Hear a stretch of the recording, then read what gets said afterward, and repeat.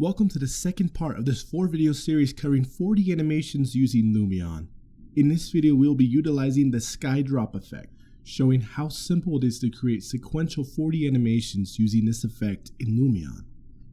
Now, for the next 3 videos, we will need to follow a couple steps in our modeling software to be ready to go in Lumion. In this case, I'm using the same Revit model from before, and basically what we will need to do next is extract each piece we need from the model individually. Now, this video isn't meant to be strictly a Revit tutorial, as I want to emphasize that this can be done in any software imported into Lumion. But among the many ways to isolate pieces we need in Revit, I like to use the filter like we saw a second ago and isolate only the pieces we need, then export and label each piece. Now, I like to make this easier by saving the model and then deleting each piece I export to keep track of everything. Now in Lumion, let's start with a full complete model on its own layer to keep as a reference. And here's a list of all the pieces I extracted from the model that we need to bring in individually. For these next 3 videos, we need to think of this as Legos we break apart in our modeling software and then put back together in Lumion. We do this so that we can have control over each individual parts so we can animate them. After we have our first couple pieces imported, we can then start aligning them to the complete model. After we have them aligned, we're good to go ahead and just hide that complete model for now. Now, how we organize these pieces in Lumion will vary in each of these methods of the next couple tutorials. But for SkyDrop right now, we just want to go ahead and import all of these pieces just right in.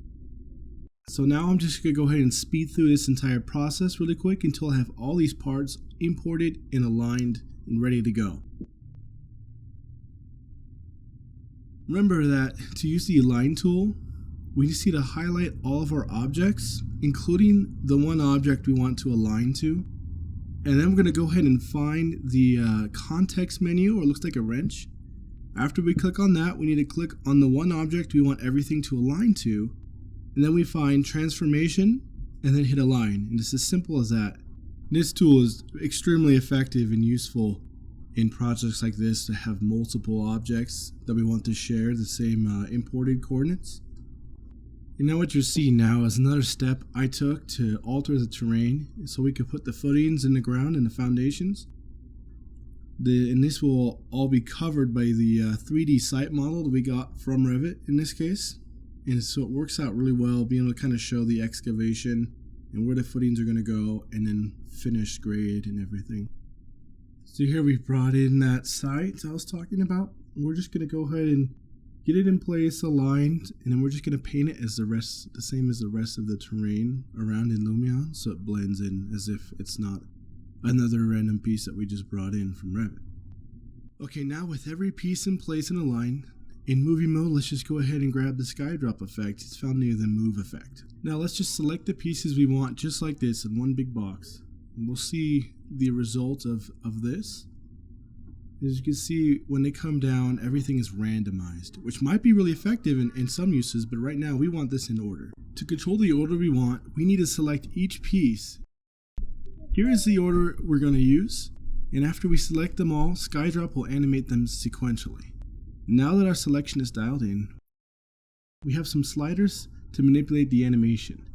First, we want to make sure our animation starts and ends where we want within our clip using these sliders.